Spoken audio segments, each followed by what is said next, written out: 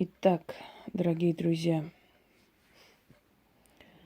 поскольку сейчас утро, я сегодня много чего снимала. И, честно говоря, некая усталость есть.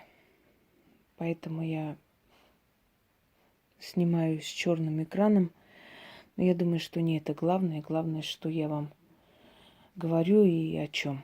Я так думаю, что это важнее. Важнее экрана. Итак, дело в том, что я постепенно раскрываю своим зрителям все, что хочу им подарить, передать. Активным мой канал является последние, наверное, года два. Два с чем-то. Вот самый активный период канала. Мой канал не раз сливали, поэтому многие мои работы в дочерних каналах, если нужно, там можете видеть.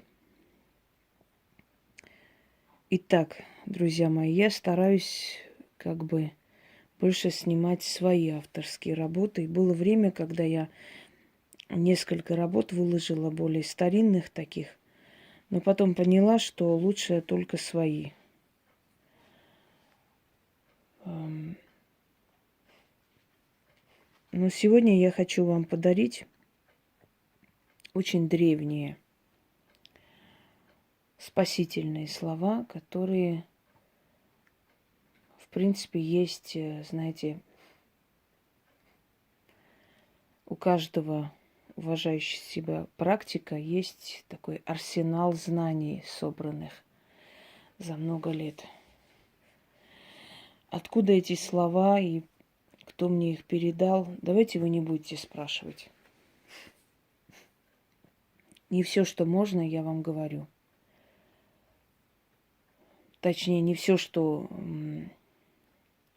есть, можно говорить. Есть вещи, которые нельзя говорить даже под страхом смерти. У меня иногда спрашивают, а вот бывают моменты, когда вы хотите ритуал подарить, а потом передумываете? Есть, конечно. И не раз, и не два. Внутренний страх не дает иногда. Иногда боишься, переживаешь за своего ребенка. Потому что это не шутки. Те люди, которые понятия не имеют о магии, занимаются всякой ерундой. Даже не представляя, с какой грозной силой они связываются. И самое интересное, эта грозная сила вас не приглашала. В отличие от меня, когда вы попадете в страшную ситуацию, она вам помогать не будет. В отличие от меня. Я хочу вам подарить спасительные слова. Не знаю уж, насколько у меня возьмут откуп за это, но я вам все-таки подарю их.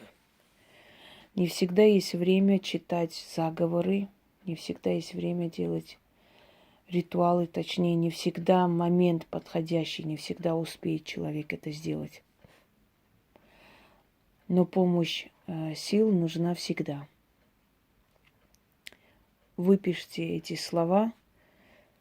Это спасительные слова древних колдунов, собранные воедино, мне переданные. Итак, суд, судилище, проверка, ситуация, когда вы можете лишиться должности, когда вы можете оказаться перед судом, как судом людей, так и судом государства. Одним словом, опасная ситуация для вас, где решается ваша судьба. Повторяйте для себя много раз и постоянно, пока эта проблема, этот момент не решится в вашу пользу. И в зале суда, и если вы идете там вас вызвали на допрос, или люди собрались вас судить и обсуждать ваши деяния, или вызвали вас на ковер. Про себя в полголоса повторяйте. Авракалам. Еще раз говорю. Авракалам. Не спрашивайте, что это, почему это. В некоторых заговорах он иногда присутствует. Эти слова в том числе, которые я вам перечислю. Но в отдельности они тоже помогают. И вот именно в таких ситуациях. Ситуация решится в вашу пользу. Второй момент. В момент смертельной опасности, в момент аварии, вот, не дай боги, летит на вас грузовик, вы понимаете, что все, конец. Или падаете и понимаете, что конец. Если есть у вас секунда, момент. Или боитесь за своего ребенка. Представляете, что с ним могло быть, где он. Слово «абарра».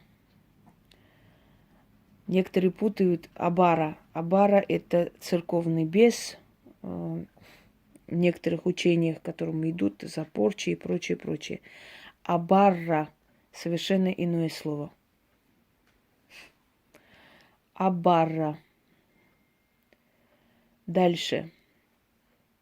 Если вы хотите, чтобы человек вас послушал, чтобы человек сделал, как вам хотелось бы, если вы хотите быстрее вырваться из пробок, например, если вы хотите, чтобы ваше слово попало в цель, смотрите, например, вот по направлению дороги, которая закрыта, и представляете, как машины раздвигаются.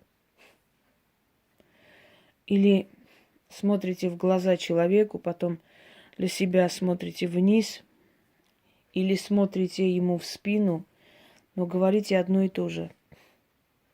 Ацха, Ацха, направь мою стрелу. Обращение к Богу Ацха, к Богу природы. Очень помогает, особенно в московских пробках. Я часто такое рекомендую водителям. Ацха, Ацха, направь мою стрелу. Дальше ничего говорить не нужно. Просто представить то, что ты хочешь. И через короткое время это случится. Если у вас пропал ребенок, если пропал друг, муж, да кто угодно, если вам нужно вернуть его домой, если пропало ваше животное, закрывайте глаза, открывайте, нужно как бы зажмуриться, закрыть, открыть, посмотрите на входную дверь, представьте лицо того человека или того питомца, который у вас есть, представили, и говорим имя или кличку собаки, кошки. Аванабил, верни его домой, имя. Но если это муж, например, Аванабил, верни моего мужа, там имя, домой. Говорите это несколько раз. Можно 13, можно 20. Это не имеет большого значения. Главное, чтобы это было не 2-3 раза. Это нужно говорить несколько раз. Ну, чуть больше, чем 2-3. Еще раз. Аванабил, верни его домой. Через короткое время он вернется.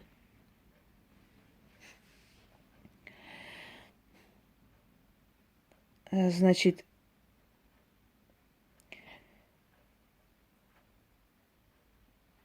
дальше, чтобы уступили вам в цене. Вот вы идете что-то купить, вы хотите выгодно купить.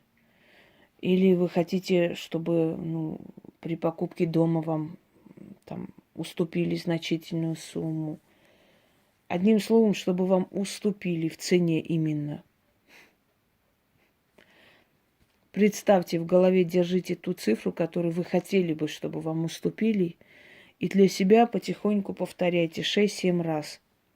Забул, забул, забул. И через некоторое время вам уступят, как вы и хотели, собственно говоря. Далее. если вы без сил, чтобы набраться сил. Гавсимаш. Гавсемаш. Некоторые произносят еще и гевсемаш.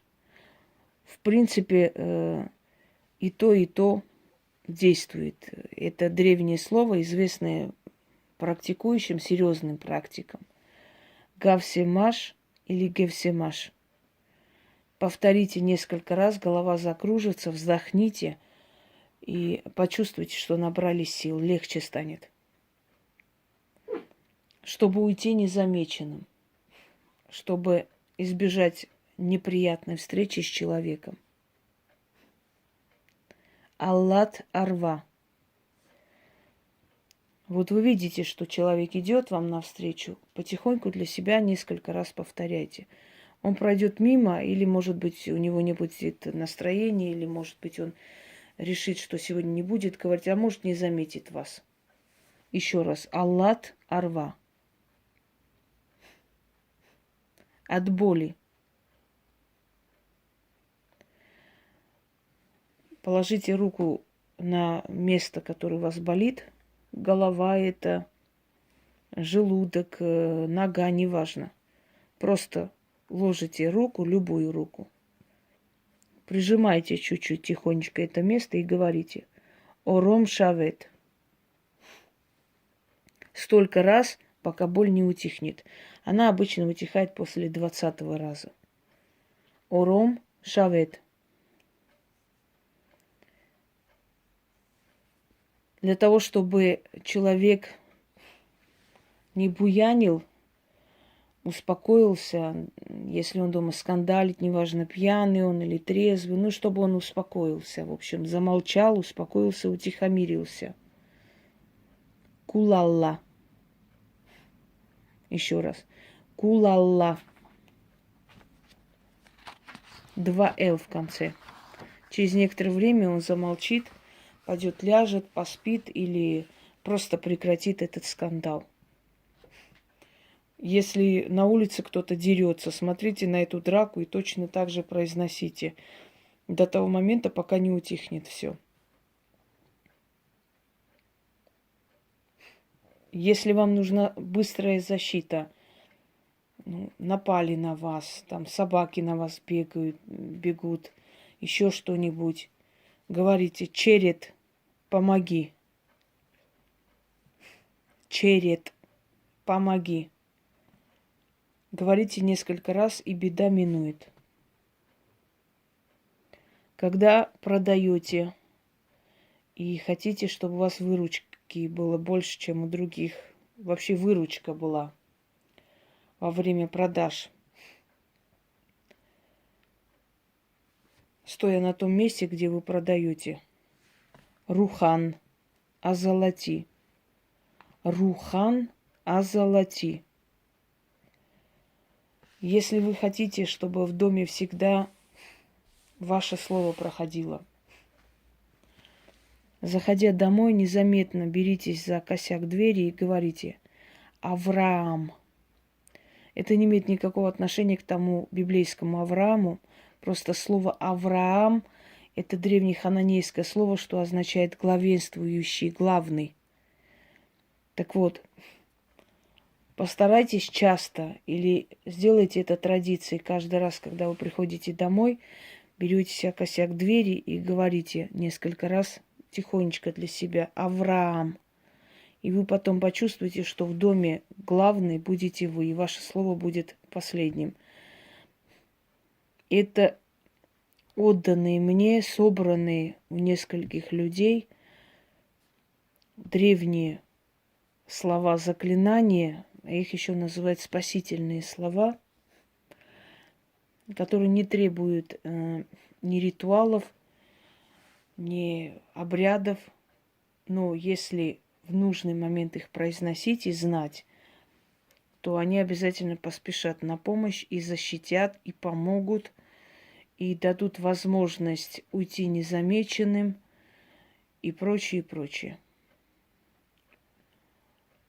Я долго думала, но все же решила, что можно вам подарить эти спасительные слова древних колдунов.